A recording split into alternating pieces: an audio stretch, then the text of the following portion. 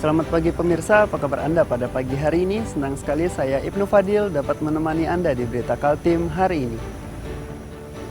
Sejumlah informasi penting telah kami siapkan untuk Anda dan berikut diantaranya. Untuk kedua kalinya, pusat perbelanjaan Big Mall Samarinda kembali terbakar. Diduga api bersumber dari korsleting listrik.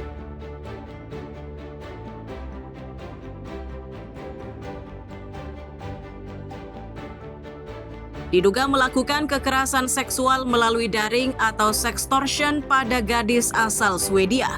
Seorang pemuda asal Balikpapan ditangkap polisi.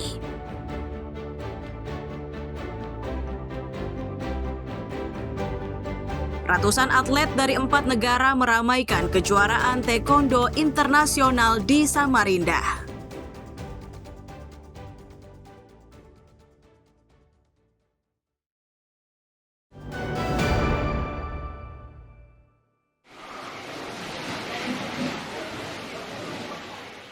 Sejumlah petugas pemadam kebakaran dikerahkan untuk memadamkan sisa-sisa kebakaran di dalam pusat perbelanjaan Big Mall Samarinda Kamis pagi.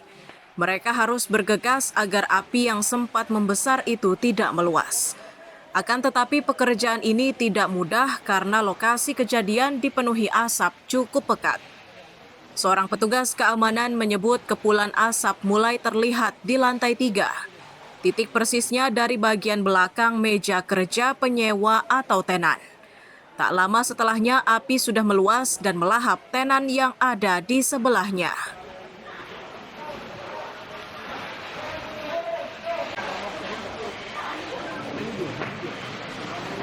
Bagian belakang tadi ya? Dari bawah, Dari bawah ya? lantai terus agak belakang dikit. Iya. Ini kan apa namanya, Dinding. pintunya nih, Pintu. pintunya. Jadi di lantai agak dalam deh. Di dalamnya ya? Mungkin pas di, ya pokoknya agak dalam. Tahu masnya itu tempat apa itu? Itu, Iya. itu baju-baju. Enggak, maksudnya yang di awal salapi yang bagian belakang itu setahu mas. Itu yang di belakang meja, Pak. Oh, yang di belakang Ya, di meja. belakang meja. Oh, berarti ya ada kabel-kabel elektronik gitu ya. Belakang meja. Kasir kah lain? Mungkin Pak. Ya. Kasir ya. Kepala Dinas Pemadam Kebakaran Samarinda menyebut musibah ini kedua kalinya terjadi di pusat perbelanjaan tersebut. Untuk kali ini kebakaran tersebut diduga akibat korsleting listrik dari ventilasi udara.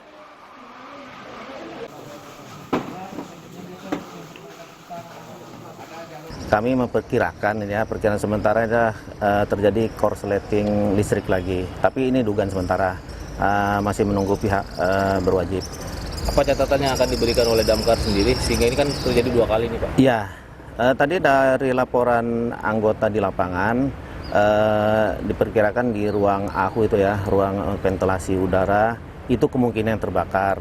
Nah, karena ini masih tahap perbaikan, kemungkinan ada korsleting di situ. Dan hidran berfungsi bagus. Cuman memang sprinkler dimatikan karena masih tahap perbaikan pembangunan yang terbakar kemarin. Sebelumnya kejadian serupa juga terjadi di pusat perbelanjaan dan perhotelan di kawasan Sungai Kunjang ini. Peristiwa yang terjadi Rabu 3 Juni 2025 lalu itu menyebabkan aktivitas dan operasional Big Mall dihentikan untuk beberapa hari. Amir Hamzah dan Iswanto melaporkan dari Samarinda.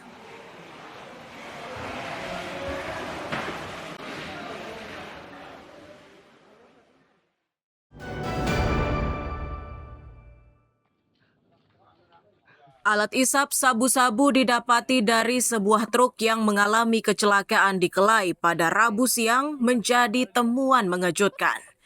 Benda tersebut ditemukan pertama kali oleh warga yang berada di lokasi kejadian. Saat ini barang bukti tersebut sopirnya sudah dibawa ke Polsek. Pihak Reskoba secepatnya akan melakukan tes urin. Jika sopir itu terbukti mengonsumsi narkoba, maka perkaranya akan dikembangkan. Ini penting agar polisi bisa mengungkap asal-muasal narkoba yang dikonsumsi oleh sopir tersebut.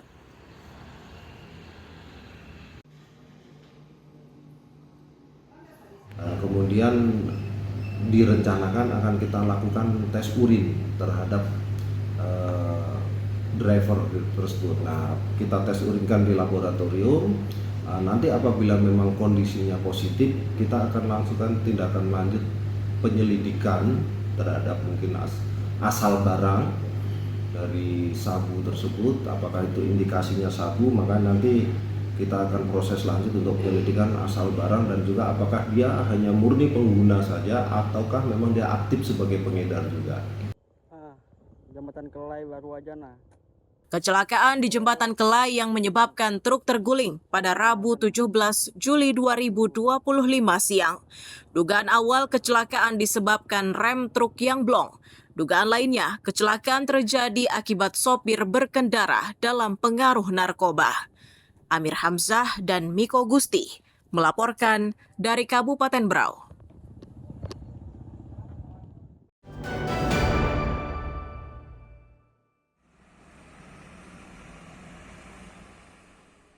Razia ramcek atau inspeksi keselamatan terhadap kendaraan umum digelar tim gabungan di kawasan Jalan HM Ardan, Ring Road 3, Air Hitam, Samarinda Ulu. Sasaran inspeksi yakni kendaraan angkutan barang dan penumpang.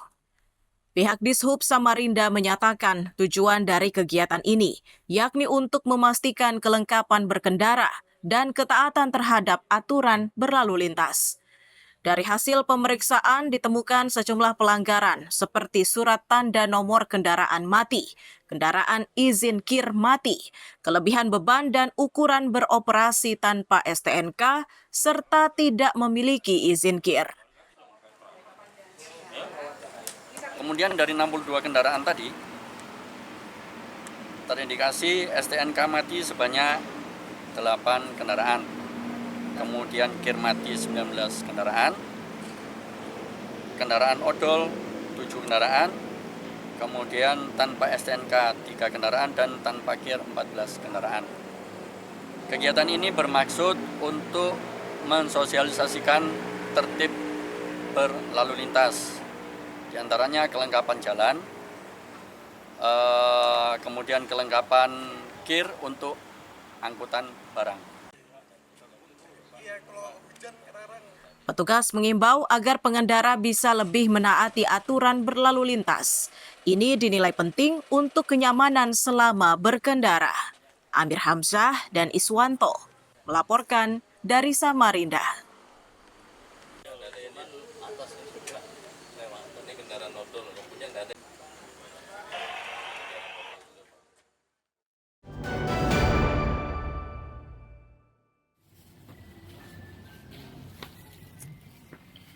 Berbagai beras yang beredar di Pasar Berau kini jadi sorotan tim Satgas Pangan.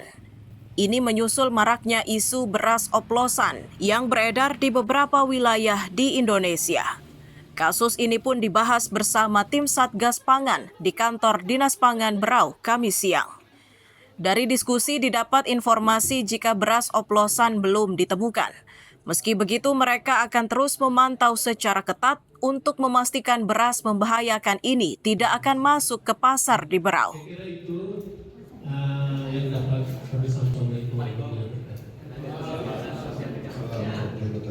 Tadi kita sudah mengundang dari Polres sebagai Satgas Pangan, dari Poperindak, dari perekonomian yang tergabung di dalam TPID kan, juga dari Dinas Pertanian.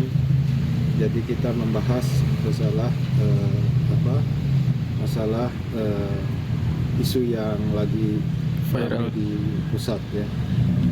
Kami belum menemukan indikasi ada beras oplosan di Kabupaten Berau. Penegasan serupa juga disampaikan oleh polisi. Mereka mengaku persoalan tersebut menjadi prioritas untuk ditangani. Jika ditemukan indikasi penjualan beras oplosan, maka mereka akan langsung bergerak. Pihak-pihak yang terlibat akan langsung diproses secara hukum. Bila benar adanya beras oplosan ataupun tidak sesuai dengan kriteria ataupun persyaratan sebagai beras premium, ya ya dari Polres pasti melakukan yang namanya tindakan normatif. Ya, kami akan melaksanakan tindakan sesuai dengan Undang-Undang Perlindungan Konsumen.